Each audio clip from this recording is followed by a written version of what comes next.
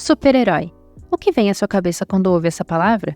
Identidade secreta, músculos robustos, poderes sobre-humanos e um traje colorido definem bem esses protagonistas comprometidos em combater o mal e a defender a sociedade. Mas, além desses elementos, qual outro traço determina o perfil do super-herói? Naturalmente, é a capacidade de enfrentar grandes desafios, marca compartilhada com pessoas portadoras de esclerose múltipla. Esse cenário é apresentado nos quadrinhos por meio de um personagem clássico da Marvel, o Falcão de Aço, que teve sua imagem repaginada pelo escritor e diretor Kyle Higgins. Na ficção, o garoto Connor Young, que enfrenta o último ano de seu colégio e é destaque no time de basquete, se depara com sintomas como dor de cabeça, vertigens, até sofrer uma queda, que o leva a ser diagnosticado com esclerose múltipla. Ao mesmo tempo em que aprende a conviver com o diagnóstico da doença neurodegenerativa, ele encontra um misterioso amuleto que vai transformar a sua vida. Ficou interessado?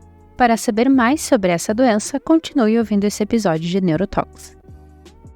Eu sou a Giovana, está comigo meu colega Arthur, e nós somos estudantes de medicina da Universidade Federal de Ciências da Saúde de Porto Alegre. Hoje conversaremos com a professora Marlise Ribeiro e com a professora Bárbara Bebe sobre a esclerose múltipla. O roteiro é de Giovanna Mantovani, Gabriela Hervig e Viviane Miller. A professora Marlise possui graduação em Medicina pela Fundação Universidade Federal de Ciências da Saúde de Porto Alegre, mestrado em Medicina e Ciências Médicas pela Universidade Federal do Rio Grande do Sul e doutorado em Medicina e Ciências Médicas pela mesma universidade. Atualmente é neurologista do Hospital Moinhos de Vento, professora adjunta de Neurologia da Fundação Universidade Federal de Ciências da Saúde de Porto Alegre e coordenadora do Ambulatório de Neuroimunologia da Santa Casa de Misericórdia de Porto Alegre.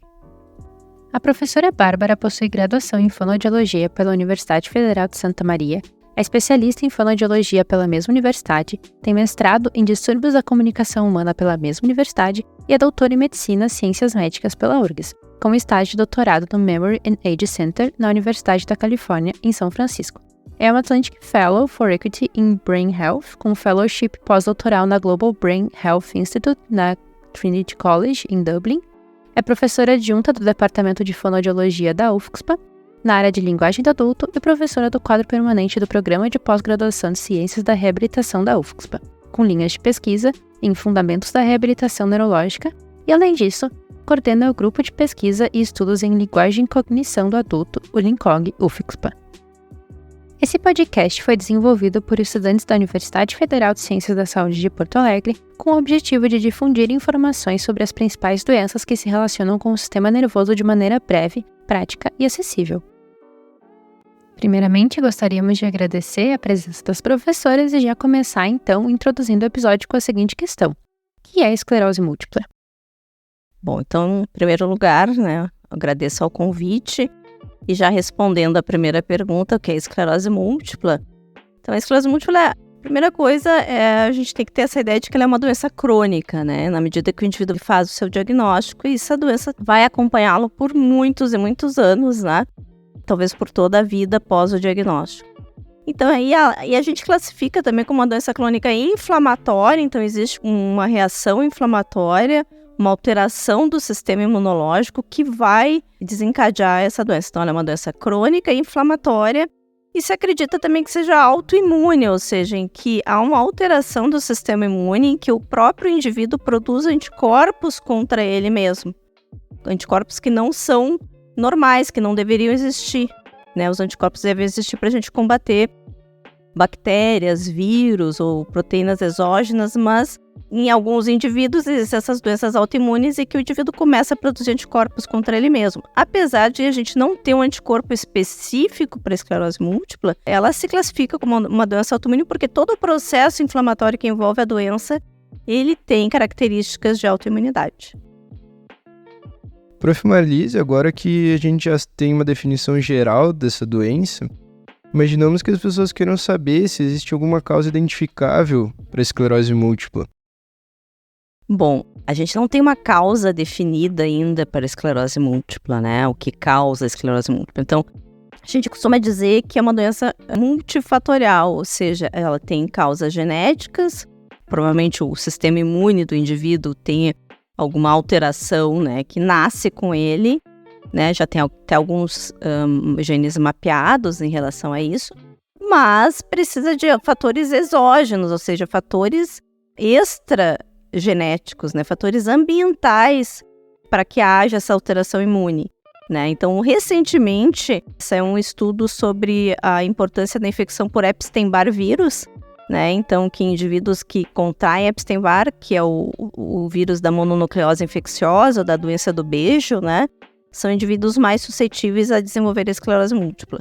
Mas a gente sabe que uma maioria das pessoas é positiva para Epstein-Barr vírus na idade adulta e não é a maioria das pessoas que tem esclerose múltipla. Então, provavelmente tem outras causas que a gente ainda não reconhece. A gente fala hoje em dia em fatores de risco, né? Então, o Epstein-Barr seria um fator de risco, a obesidade na infância seria um fator de risco, nascer em lugares que tem pouco sol, né? Principalmente no hemisfério norte, seria um fator de risco, mas a gente ainda não tem uma causa definida. Professora Marlise, no gancho da pergunta anterior, existe alguma forma de prevenirmos que a esclerose múltipla surja? Prevenção da doença, a gente não tem como, né, dizer faça isso ou não faça aquilo e você não vai ter a doença. Até porque a gente não sabe qual a causa da doença. Então, bom, na verdade, assim, pegar sol na infância ou nascer perto da linha do Equador é um fator protetor. Evitar a obesidade infantil também é um fator protetor. O tabagismo também seria um fator não protetor, né, um fator de risco. Então, não fumar, mas é sempre um bom conselho não fumar, né? Mas não tem assim, fator protetor definitivo que a gente pode dizer assim, se tu não fizer isso, não vai ter a doença, ou se fizer isso, não vai ter a doença. Justamente porque a gente ainda não tem uma causa definida. E como que funciona o tratamento para esses pacientes? Bom, o tratamento da esclerose múltipla, a gente divide em farmacológico e não farmacológico, não é? Então, farmacológico, a gente tem um arsenal terapêutico hoje de medicações, basicamente anti-inflamatórias, né, que alteram o sistema imune, que diminuem a atividade do sistema imune em maior ou menor grau, com maior ou menor eficácia, com diversas vias de administração. Então, tem comprimido, tem injeções subcutâneas, tem infusões intravenosas, tem medicações orais que o paciente vai tomar todos os dias, tem medicações que ele vai tomar uma vez por mês, ou a cada 6 meses, ou até uma vez por ano. Então, a gente tem uma série de medicações hoje que o paciente pode usar. Todas são medicações de alto custos, então vão ser fornecidas sempre pelo Estado ou por seguradores de saúde, mas para isso a gente obedece um protocolo. Existe um protocolo de tratamento no Brasil que foi elaborado pelo Ministério da Saúde, que nós nos devemos basear a escolha do tratamento medicamentoso. Mas a gente também tem as medidas não farmacológicas que são muito importantes e ganham cada vez mais lugar no tratamento da esclerose múltipla, até porque a gente começa a entender a doença cada vez mais. Então, o paciente tem que ter hábitos de vida saudáveis, né? Então, alimentação saudável. Né? Eu sempre falo para o paciente que paciente com esclerose múltipla tem que descascar mais e desembalar menos na cozinha. Então, tem que fazer a sua comida, a comida mais natural possível, né? Exercícios físicos são fundamentais, tanto para diminuir a fadiga, que é um sintoma muito comum na doença, quanto para as questões cognitivas, para o indivíduo não perder, né, cognição, para manter sua inteligência, sua memória, né, intacta. Os exercícios físicos vem ganhando muita importância nos últimos anos. E é claro que se o paciente apresenta alguma incapacidade, ou até mesmo se a gente quer ver se esse paciente realmente está bem com o tratamento, e a gente não consegue no consultório, no exame físico, neurológico normal detectar, a gente tem que lançar mão dos colegas, né, da fisioterapia, da psicologia, né, da fonoaudiologia, para saber se esse indivíduo realmente está bem com o seu tratamento ou se ele tem alguma disfunção, né, tanto assim cognitiva, que o psicólogo ou o fonoaudiólogo pode detectar, quanto de linguagem, que o fonoaudiólogo pode detectar e que no consultório médico a gente não tem condições de ver. Então, a gente também tem que lançar mão de outros profissionais, então é uma doença que tem que ser atacada de várias frentes. E agora uma pergunta para a professora Bárbara. Como a fonoaudiologia participa do tratamento desses pacientes? Primeiro, eu queria agradecer o convite para participar do podcast. E em relação, então, ao tratamento fonoaudiológico das pessoas com esclerose múltipla, costuma ter indicação, né, do tratamento em situações em que essas pessoas têm dificuldades na fala, na voz, na linguagem ou na deglutição, que é a dificuldade de engolir. né? E diferenciando um pouquinho, né, rapidamente esses conceitos, então voz é a capacidade da gente produzir o som, né, que vai produzir as palavras lá na nossa laringe, na garganta. A fala é a articulação das palavras na língua, na boca, e a linguagem é as palavras que a gente escolhe, como a gente organiza elas no nosso pensamento. Então pode, né, não obrigatoriamente vai ter, mas pode ocorrer dificuldades em todos esses níveis. Então, por exemplo, o paciente tem uma dificuldade para articular os sons, a fala ficar mais arrastada, a voz ficar um pouquinho mais fraca, com um volume mais baixo. Então, ter dificuldade para lembrar das palavras, querer falar o nome de um objeto e aquele nome não vem, né? Que é o que a gente chama de efeito ponta da língua. Eu sei o que eu quero falar, mas a palavra não vem. E às vezes o paciente pode querer falar uma palavra e sair outra, né? Ocorrerem trocas. Em relação também à alimentação, né? Por causa de uma dificuldade motora que pode acontecer, então, nos órgãos que estão envolvidos com a alimentação, eles podem ter maior dificuldade para engolir, com maior risco para engasgo, né? E são sintomas preocupantes porque se acontecem com muita frequência, o paciente pode aspirar, né, algum alimento e ter uma pneumonia, que leva para um quadro um pouco mais complicado. Então, a fonoaudiologia pode atuar em todos esses níveis, né? E a terapia fonoaudiológica, a gente diz que ela pode ser ou restaurativa ou compensatória. Então, a restaurativa seria aquela terapia mais voltada para tentar recuperar aquelas dificuldades, né, que o paciente tem, ou tentar melhorar, né, naquilo dentro do que for possível dentro do quadro.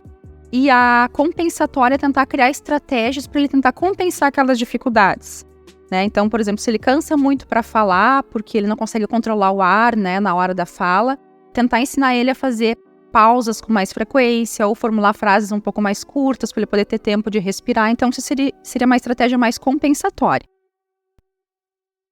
Agora uma pergunta mais de curiosidade. Como que fisiologicamente os exercícios da fonoaudiologia atuam na recuperação dos pacientes? Bom, então fisiologicamente a gente parte do princípio de que se a gente exercitar, por exemplo, um músculo, né, especificamente para as dificuldades mais motoras, quanto mais o paciente exercitar, mais aquele músculo vai estar mais forte e ele vai estar mais capacitado para desempenhar aquela função. E a gente parte também do princípio da neuroplasticidade, né, que o nosso cérebro consegue se adaptar frente a uma lesão, criar novas conexões, né, aprender coisas novas. Isso acontece com todo mundo, né, mesmo quem não tenha uma lesão no cérebro, se você exercitar uma habilidade, você consegue melhorar ela. Então, nesses pacientes, a gente usa, né, esse princípio. Então, por exemplo, para as dificuldades de linguagem, né, a gente faz exercícios que estimulam, que tentam melhorar, né, a capacidade do paciente lembrar as palavras, criar estratégias para lembrar as palavras com mais facilidade, melhorar o vocabulário, né? Então, baseado nesse princípio da neuroplasticidade, de que o cérebro consegue, então, se adaptar frente às dificuldades. E nesse sentido, então, quais devem ser os cuidados e o que deve chamar a atenção dos familiares de um paciente com esclerose múltipla? Bom, então, em relação aos cuidados, eles são muito direcionados a qual dificuldade que o paciente apresenta. Então, por exemplo, se ele tem uma dificuldade para engolir os alimentos, ele provavelmente vai ter uma orientação de quais alimentos são mais seguros para ele engolir, para ele evitar, né, uma aspiração. Então, o fonoaudiólogo é que vai passar essas orientações bem personalizadas que ele vai ter que ter esses cuidados. O paciente que está em terapia fonoaudiológica, ele costuma fazer a terapia com uma certa frequência, 1, 2 vezes na semana, né?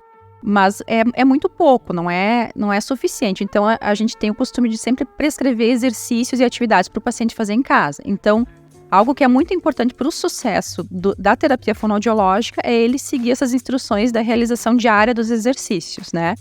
E o papel da família e dos cuidadores nesse tratamento é, né, de dar esse suporte, de ajudar o paciente a lembrar, a fazer o exercício corretamente e também de ficar atento a novos sinais, né, que podem ser indicativos, às vezes, de piora da doença, como uma piora inesperada da fala, da voz, ou o paciente não se engasgava antes com um determinado alimento e, de repente, ele passa a se engasgar, né? Então, são todos sinais de alerta que aí, nesse caso, deve se relatar para os profissionais que estão acompanhando o paciente.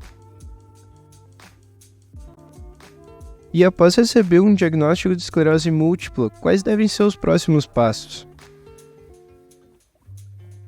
Bom, então após receber o diagnóstico de esclerose múltipla, acho que a primeira coisa é não se desesperar, né? Não é uma sentença de morte.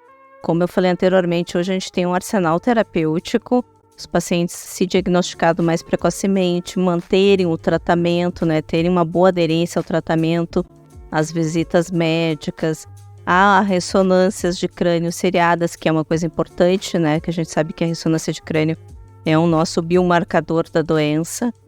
Então, é uma doença compatível com a vida normal hoje. O paciente, né?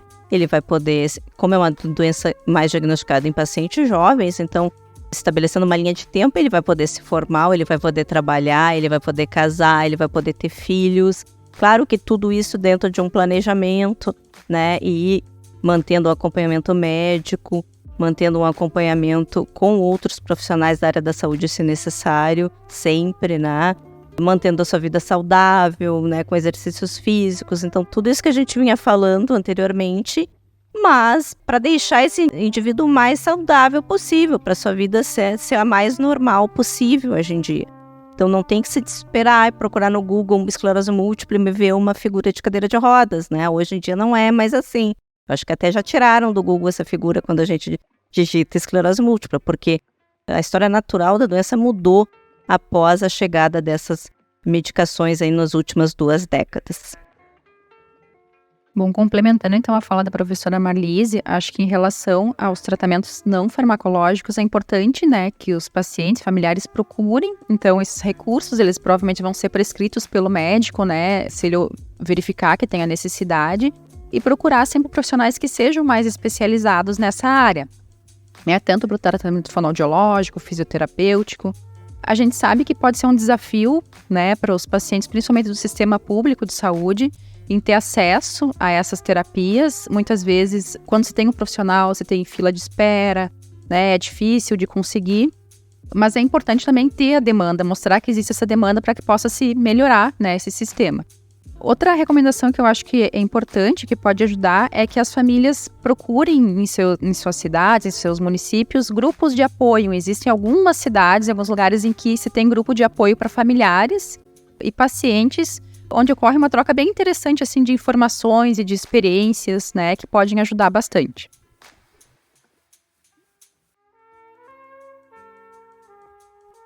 Então, gostaríamos de agradecer a doutora Bárbara e a doutora Marlise por terem aceitado nosso convite para participar desse episódio. Com certeza foi um momento de grande aprendizado. Obrigada pela oportunidade de participar, foi um prazer. Agradeço mais uma vez o convite, muito obrigada, e foi bem legal essa troca aqui com a professora Bárbara. E você, que está escutando a gente, é de grande importância para o desenvolvimento do nosso projeto. Então não esqueça de participar com nós. Mande as tuas experiências, as tuas sugestões e dúvidas no nosso link, que está na descrição do episódio. Nós abordaremos elas nos stories da nossa página do Instagram. Para você que chegou até aqui, um agradecimento especial pela conversa. Você pode nos acompanhar e entrar em contato com a gente pela nossa página do Instagram, neurotalks.ufxpa, e até a próxima!